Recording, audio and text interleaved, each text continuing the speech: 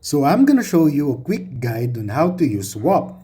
To start, open Whop and then you'll see four different tabs. We have the Home, Discover, Messages, and Dashboard.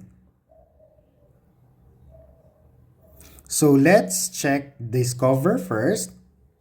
So here in Discover, you will see the different live streams. You will also see the content rewards, happening now, events happening soon. So in order to select a particular item, you just have to tap it and tap join. Next, let's check messages. So in here, we are going to see the messages from different users.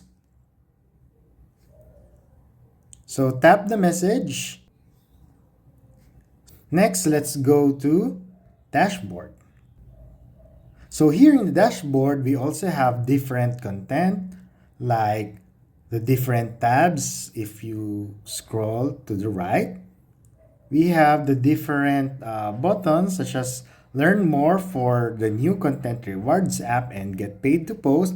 We can also see the gross revenue, time spent, and the stats.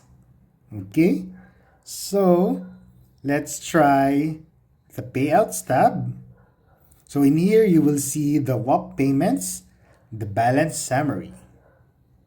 Okay, so that's it. So this is a quick guide on how to use Whop.